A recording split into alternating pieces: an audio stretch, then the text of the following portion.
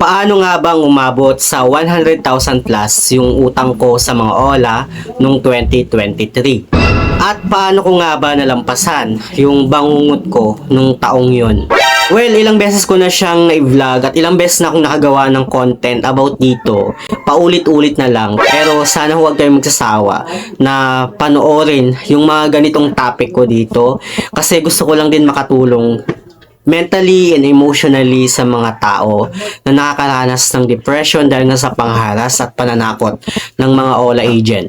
So kung interesado ka about dito sa ating topic ngayon, keep on watching.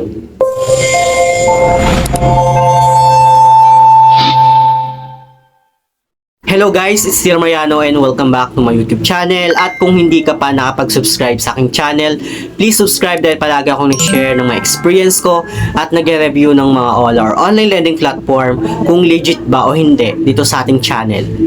Medyo masama yung pakiramdam ko today dahil nga sa pabago-bago yung klima. Pero nandito pa rin ako para mag-share sa inyo ng mga experience ko about nga sa mga harassment ng mga OLA agent. And alam ko na ilang beses ko na rin siyang paulit-ulit na binlog dito sa ating channel. And marami pa rin mga nagtatanong kung paano ko nga ba nalampasan yung mga nangyari sa akin noong 2023, magkano yung loan na hindi ko na nabayaran, at paano ako nabaon sa utang. Masasabi ko na 2023 yung isa sa mga taon na pinaka-worst na nangyari sa akin kasi sobrang lala talaga ng depression ko nung time na yon. But then, nag-start ito noong parang August 2023 kasi nung January, February, March, yung hanggang doon, mga ganon, okay pa naman ako, nakakapagbayad pa naman ako sa mga OLA na nautangan ko. And gaya ng mga sinabi ko doon sa mga fast na vlog ko, hindi ako mahilig umutang online kasi medyo takot nga akong umutang online. Pero nung nakilala ko si Tala, doon na siya nag-start. Pero so far, okay pa naman ako nung time na yun. But then, yung personal loan ko nga ay si Tala, personal loan app na nautangan ko ay si Tala. At yung offer niya sa akin is 2.5. And ginamit ko nga siya sa tindahan ko, sa store, pang puhunan. At dahil nga medyo nagandahan ako sa service ni Tala, medyo nainganyo na rin ako umutang online. Hanggang sa nasundan na nga siya ni OLP, si Peso Ready, si Bilis. Actually, parang mas nauna ko yatang nautangan si Bilis pero hindi pa ako familiar kay Bilis noon. Pero may loan na pala ako sa kanya, na may offer na pala siya sa akin. Na nung time na nirecommend siya sa akin ng kaibigan ko at nung ida-download ko sana si Bilis, naka-download na pala siya sa phone ko. Eh nung binuksan ko yung account ko kay Bilis, may offer na pala siya na 4,000. So kasama si Bilis sa mga nakahiraman ko. And then nasundan din siya ni Digido at nasundan pa siya ni Mr. Cash at si Fast Cash VIP. And by that time, nababayaran ko pa silang lahat at sobrang okay pa sila sa akin nung time na yon. And hindi pa ako na-overdue. Mostly nga, advance payment pa nga ako magbayad eh. Hanggang sa dumating nga sa point na nag-advance payment ako dito kay Mr. Cash. Then, dapat nung time na yon, kakailanganin ko, bawa, nag-advance payment ako kay Mr. Cash. And then, pag once nag-advance payment ako, umaasa ko na makaka-reloan ulit ako sa kanya. Pero nung time na yon, pagka-advance payment ko, bigla niya na akong ni-reject. So, medyo nainis ako nung time na yon kasi bigla akong ni-reject ni Mr. Cash. Kahit advance payment ako sa kanya, instead na may-reloan ko siya, then ibabayad ko pa doon sa ibang loan app ko, para yung ibang loan app ko, pag basta nabayaran ko na, hihiramin ko ulit at magagamit ko siya sa tindahan ko pang puhunan. Actually, naka 5 na reloan na yata ako dito kay Mr. Cash, hindi ko na maalala. Basta nung pagka advance payment ko sa kanya, bigla na lang akong ni-reject. Kahit good fare ako sa kanya guys ha. So, nung pagka-reject ko, na-prostrate ako at kakailanganin kong ng cash para makabayad dun sa iba kong OLA. So, yung nangyari, pumiram ako sa ibang mga OLA. Like, sa mga OLA guys, na 7 days repayment or meron pa yatang 14 days repayment na OLA na nahiraman ko para lang makabayad ako dun sa iba kong OLA. Which is yung legit na OLA pa nung time na yon. And then, nung pagkabayad ko dun sa legit na OLA, ginamit ko na nga siya pang puhunan sa tindahan. Syempre, nung time na yon, parang dumating sa point na every 7 days, nagbabayad ako dun sa OLA na 7 days repayment. And nung time na yun guys, nababayaran ko pa sila ng maayos. Kahit yung 7 days na repayment na OLA ko, kahit ganun kalaki yung interest niya, importante na nababayaran ko ng maayos at hindi ako maharas ng mga OLA agent. And then dumating sa time naman na magbabayad na ako kay Fast Cash VIP.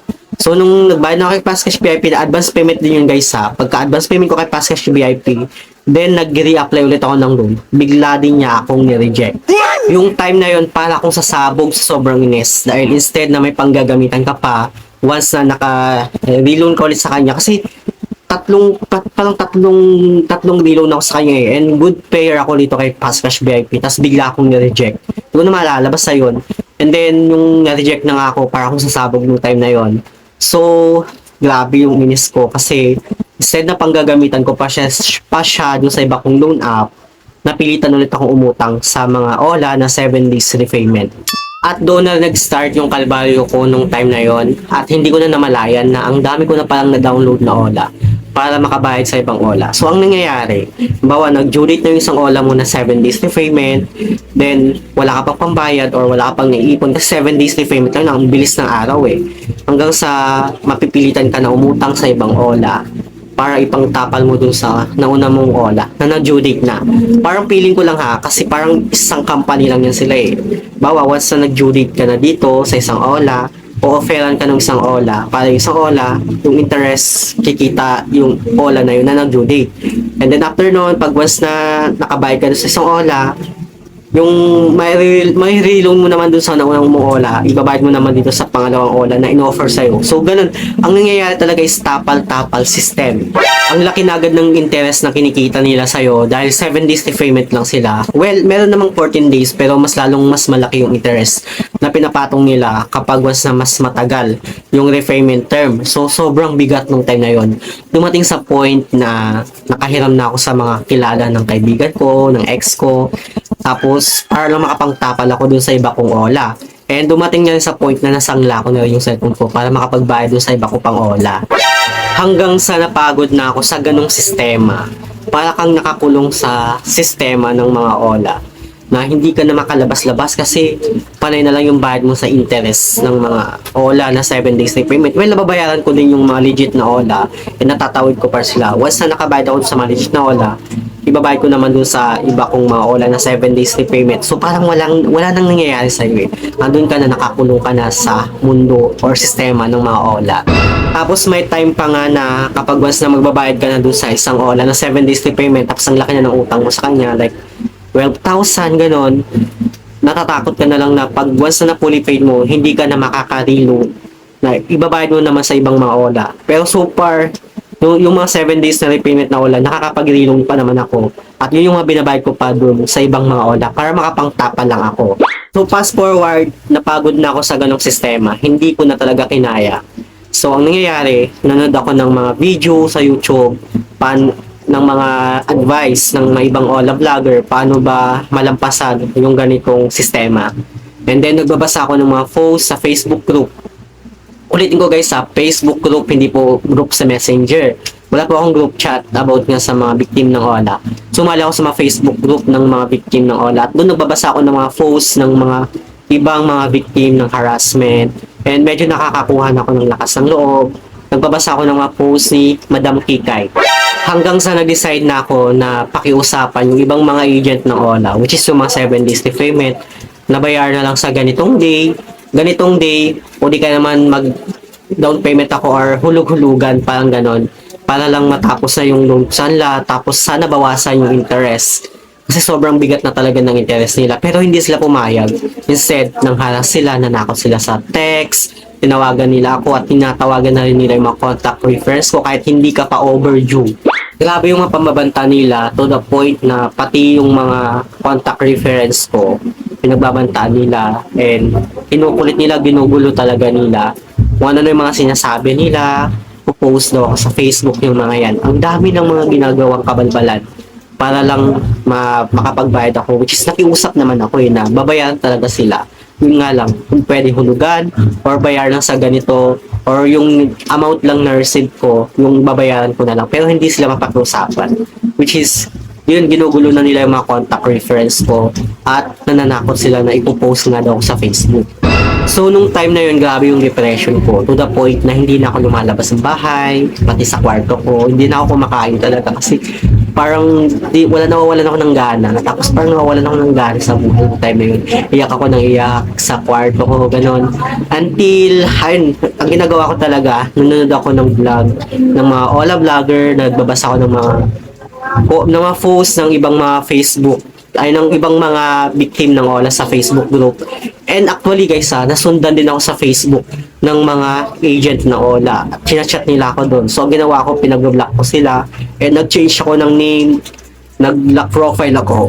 And dumating pa nga sa point na nag-deactivate ako ng Facebook ko. Dalawang Facebook ko naka-deactivate ng almost 1 month. Pati turn off SIM, nag-turn off SIM din ako ng 1 month para hindi na ako nako-contact or tinatawagan at wala akong ma-receive ng mga text nila at pananakot nila through text and call. Suma katotal, umabot ng 100,000 plus yung loan ko sa mga OLA na na-abandon ako. And kasama na doon yung mga malalaki nilang interest. Yung ginawa kong turn off SIM at deactivate ng Facebook, nakatulong talaga siya sa akin ng malaki para ma-less yung takot ko sa harassment ng mga OLA. And ayun, yun yung ginawa ko talaga before. Pero ngayon medyo okay na kasi actually kaya naman nating labanan yung mga pananakot ng OLA agent. Basta ang mapapayo ko lang talaga sa inyo is huwag kayong maniniwala sa mga text at pananakot nila sa text at pananakot nila sa tawag. Dahil lahat ng mga pananakot nila scripted lang, yung tinext nila sa'yo, tinext din nila yan sa iba na hindi din nakabayad sa kanila. Mga November 2023 yata noon, nag-decide na ako noon na kailangan ko na umusad. And hindi na rin talaga ako umulit sa mga OLA. Lahat ng mga OLA pinang-delete ko, pinang-install ko, pinang-uninstall ko, tapos cleaner data ko talaga para wala na silang ma-access sa phone ko. So, tinanggal ko lahat ng mga OLA ko. Maliban kay Bilis, kay Tala, si SpayLater, yan yung mga naiwan na OLA sa akin. Kasi kung ikukulong mo lang yung sarili mo sa depression, walang mangyayari sa'yo. Kung hindi mo talaga kayang magbayad sa isang OLA, then pakiusapan mo na bayaran sa ganito. At kung hindi sila mapakiusapan, nangahala sila sa text, or tinatakot ka lang sa text, tinatawagan yung mga contact reference mo, kahit okay naman yung pakikiusap mo sa kanila, then huwag mo na silang bayaran. Yun lang yung may isa-suggest ko sa inyo. Pero take the consequence din guys, no, na kapag once na hindi tayo nakabayad sa isang OLA, tapos registered siya sa SEC at nagre-report sa CIC, makaka-affect talaga siya sa credibility natin or credit standing natin. Mga 2024, medyo nakabangon ako sa depression ko sa mga OLA at hindi na talaga ako umulit na umutang sa mga 7 days na repayment na OLA. Yung mapapayo ko lang talaga sa inyo guys, no, huwag kayong matakot sa mga pambabanta at pananakot nila sa text. Yung ginagawa lang naman talaga nila is tinatawagan yung mga contact reference mo at nagpo-post lang talaga sila sa Facebook. If ever na gusto talaga nila ikaw na i-post sa social media. Pero yung sinasabi nila na kakasuhan ka daw ng stapa, kakasuhan ka daw ng small claims, and pupunta daw sila sa mga barangay hall nyo or sa municipal nyo, huwag kayong maniniwala. Lahat yun guys ay hindi totoo.